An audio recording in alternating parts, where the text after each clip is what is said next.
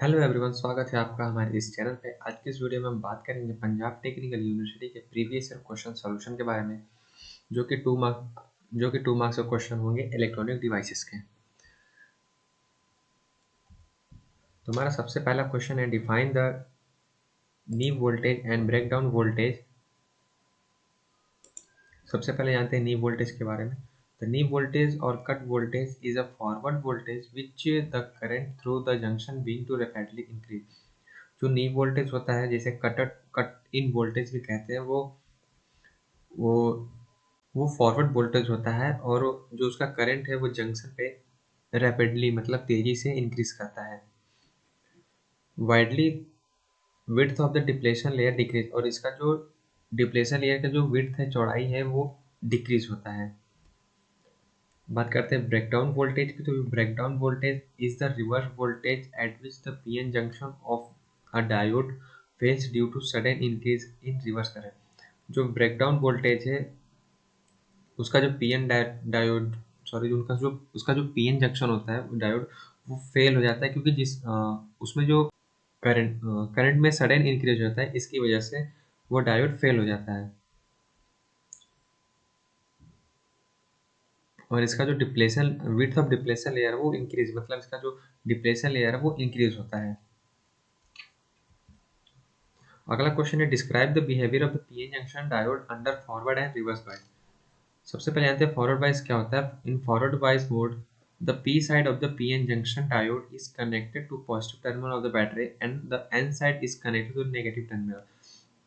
जो PN junction diode है, उसका जो P साइड होता है वो PN जंक्शन का जो P साइड होता है वो पॉजिटिव टर्मिनल बैटरी से कनेक्ट होता है, और वो जो N साइड होता है वो नेगेटिव टर्मिनल से कनेक्ट होता है। तो वो जो डायोड है वो फॉरवर्ड बायस की तरह काम करेगा।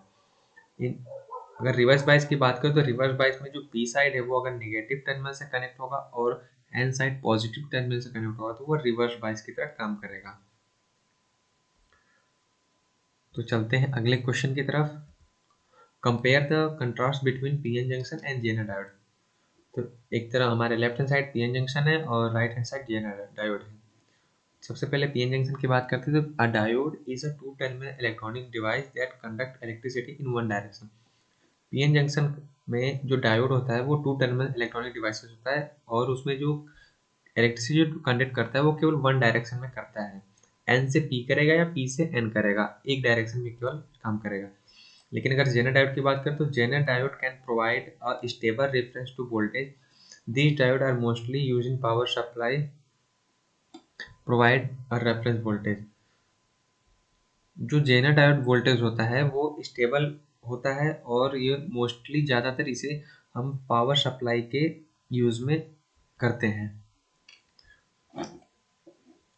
पीएन जंक्शन में it has high resistance at one end end low resistance as the other end. जो पीएन जंक्शन में जो एक साइड हाई रेजिस्टेंस होता है, एक साइड लो रेजिस्टेंस होता है। ये डिपेंड करेगा डायोड के ऊपर कि आप कौन सा डायोड यूज़ कर रहे हैं। और जेनर डायोड की बात करें, these diode can be operate in reverse bias and break down voltage in a certain mode. जो जेनर डायोड होता है वो दोनों दोनों दोनों डायरेक्शन में काम कर सकता है। एज वन फॉरवर्ड बायस और रिवर्स बायस दोनों डायरेक्शन में काम कर सकता है। जो पीएन जंक्शन डायोड होता है, डायोड के damage in reverse bias condition. अगर पीएन जंक्शन में अगर रिवर्स कंडीशन करंट फ्लो करता है तो डायोड जो है वो डैमेज हो जाता है। लेकिन Zener diode does not get damage, लेकिन जेनर डायोड डैमेज नहीं होता। The diodes have low doping intensity. Diode की जो डोपिंग इंटेंसिटी है वो लो होती है, लेकिन Zener diodes have high doping intensity to achieve breakdown voltage. Zener diode की जो डोपिंग इंटेंसिटी वो बहुत ज़्यादा होती है, जिसकी वजह से वो ब्रेकडाउन वोल्टेज को अचीव कर लेता है।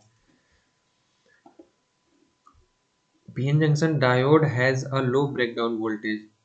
जो पीएन जंक्शन का जो ब्रेकडाउन वोल्टेज है वो लो होता है, लेकिन Zener diode has high breakdown voltage. लेकिन जो जेनर डायोड का वोल्टेज वो हाई होता है। एक पीएन जंक्शन का एग्जांपल देखो तो diodes are used in rectifier, clipper and clamper. और Zener diode can be used as voltage regulator. Zener diode को हम वोल्टेज रेगुलेटर में यूज करते हैं। हमारा अगला क्वेश्चन है derive relation between alpha and beta using BJT bipolar junction transistor.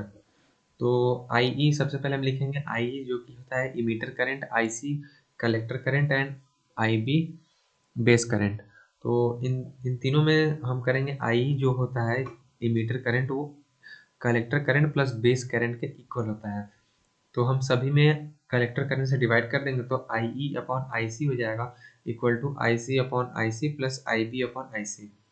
I E और I E upon I B equal to होता है 1/अल्फा plus I C upon I C cancel होके सॉरी 1 आ जाएगा और प्लस 1/बी आ जाएगा।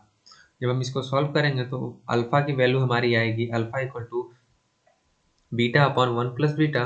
और यही अगर हम बीटा की वैल्यू सॉल्व करेंगे तो बीटा की आएगी अल्फा अपॉन 1 माइनस बीटा। चलते हैं अपने अगले क्वेश्चन की तरफ। Mention any two advantage of MOSFET over JFET. सबसे पहले जानते हैं जेएफटी होता क्या है। तो JFET is a junction gate field effect transistor is a 3 terminal semiconductor device. JFET जो होता है वो junction gate field effect transistor होता है जिसमें जो सेमीकंडक्टर डिवाइस है जिसमें 3 टर्मिनल होते हैं। वहीं अगर मॉसफेट की बात करें तो मॉसफेट का फुल फॉर्म होता है metal oxide semiconductor field effect transistor it has 4 semiconductor it has 4 terminal semiconductor device। MOSFET में 4 टर्मिनल सेमीकंडक्टर डिवाइसेस होते हैं। जेईएफटी में it can only operate in the depletion mode. जो जेएफटी होता है वो केवल डिप्रेशन मोड में ऑपरेट किया जा सकता है, लेकिन MOSFET can operate both depletion mode and enhancing mode. जो मॉसफेट है वो डिप्लेशन मोड और इन्हेंसिंग मोड दोनों में ऑपरेट किया जा सकता है। JFET is a relative cheaper than MOSFET. जो जेएफटी होता है वो सस्ता होता है एज कम्पेयर टू मॉसफेट, लेकिन जो मॉसफेट होता है वो एक्सपेंसिव होता है। JFET these are the ideal for low noise application. JFET जो होता है वो आइडियल होता है लो नॉइस एप्लीकेशंस के लिए, लेकिन जो मॉसफेट होता है यार mainly use for noise application. जो मॉसफेट होता है वो मेनली यूज होता है फॉर हाई नॉइस एप्लीकेशन के लिए। जेएफटी का अगर मैन्युफैक्चर की बात करें तो जेएफटी जो मैन्युफैक्चर वो काफ़ी सिंपल होता है, लेकिन जो मॉसफेट का मैन्युफैक्चरिंग प्रोसेस है वो काफ़ी कम्प्लेक्स होता है। तो चलते हैं अपने अगले क्वेश्चन की तरफ। Give the reason why common emitter configuration is widely used range in amplifier circuit. तो common emitter configuration for transistor as amplifier used because it provide large value of current gain, voltage gain and power gain। जो common emitter configuration widely range में इसलिए होता है क्योंकि इसका जो ये हमें large value current gain provide करता है, voltage gain and power gain. और ये जो है there is a phase shift 180 degree between input and output. जो जो इसका इनपुट होता है और आउटपुट होता है दोनों में 180 डिग्री का डिफरेंस होता है। और लास्ट है कि the input of the output signal will be an inverted amplifier version of the signal given in the input. तो ये सभी कंडीशन है जिसकी वजह से कॉमन इमीटर को हम वाइडली रेंज हम एम्पलीफायर सर्किट के लिए यूज करते हैं। हमारा अगला क्वेश्चन है what is reverse saturation current. Reverse saturation current is the part of the reverse current in a semiconductor diode which is caused by the diffusion of minority carrier from the neutral region to the depletion region। जो reverse current saturation होता है वो एक semiconductor diode का part होता है जिससे जो माइनॉरिटी कैरियर जो काम करता है diffusion of minority carrier from the neutral region to the depletion region तक होता है। और इसका जो फॉर्मूला होता है I equal to I S E N E V N V T minus 1 होता है। चलते हैं हमारे अगले क्वेश्चन की तरफ। तो अगला क्वेश्चन है व्हाट इज रिपल फैक्टर। तो ripple factor is defined as the ratio of RMS value of the AC component to the DC component increase with the firing angle. जो रिपल फैक्टर होता है वो रेशियो होता है RMS value of AC component का और to the DC component. अगर ripple factor को हम गामा से डिनोट करते हैं जिसे हम लिखेंगे RMS value of AC component of output upon average और DC component of output। अगर हम इसे सिंबल में लिखें तो ripple factor means gamma equal to I D C I A C upon I D सी।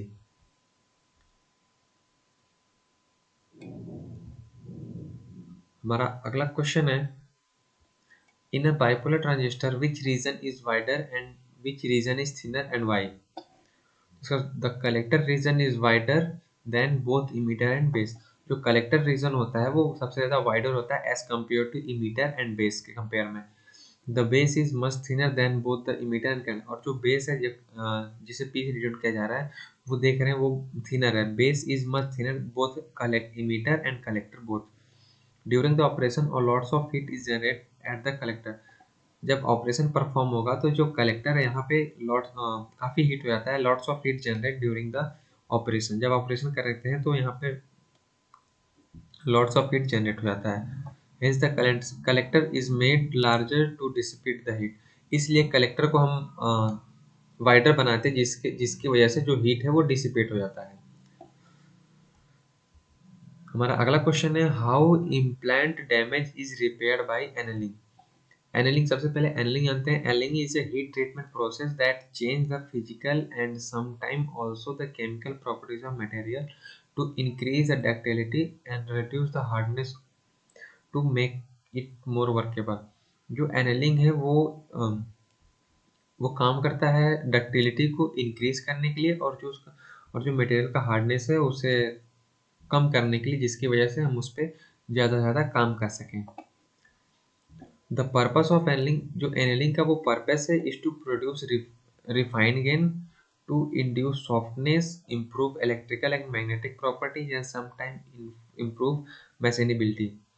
जो पर्पस है एनलिंग का वो प्रोड्यूस करता है रिफाइनिंग गेन और वो सॉफ्टनेस प्रोड्यूस करता है और इम्प्रूव करता है इलेक्ट्रिकल और मैग्नेटिक प्रॉपर्टीज को. और कभी कभी तो वो उस मशीनेबिलिटी को इम्प्रूव करता है. The annealing process can repair the lattice defect and make the implant aluminium ion replace silicon atom to form covalent bond with Si atom. जो एनलिंग प्रोसेस है रिपेयर करता है तो वो एल्युमिनियम आयन को रिप्लेस करके सिलिकॉन एटम के साथ सिलिकॉन एटम के साथ मिलके वो कोवैलेंट बॉन्ड बनाता है. तो फ्रेंड्स ये था 2 मार्क्स क्वेश्चन जो कि अभी आपने ऊपर देखा था. ये सभी क्वेश्चन, वीडियो अच्छा लगा तो लाइक कर दीजिए, साथ ही चैनल को सब्सक्राइब कर दीजिए. आपका जो भी क्वेश्चन है तो आप मुझे कमेंट सेक्शन में पूछ सकते हैं. मिलते हैं अगली वीडियो में. जय हिंद.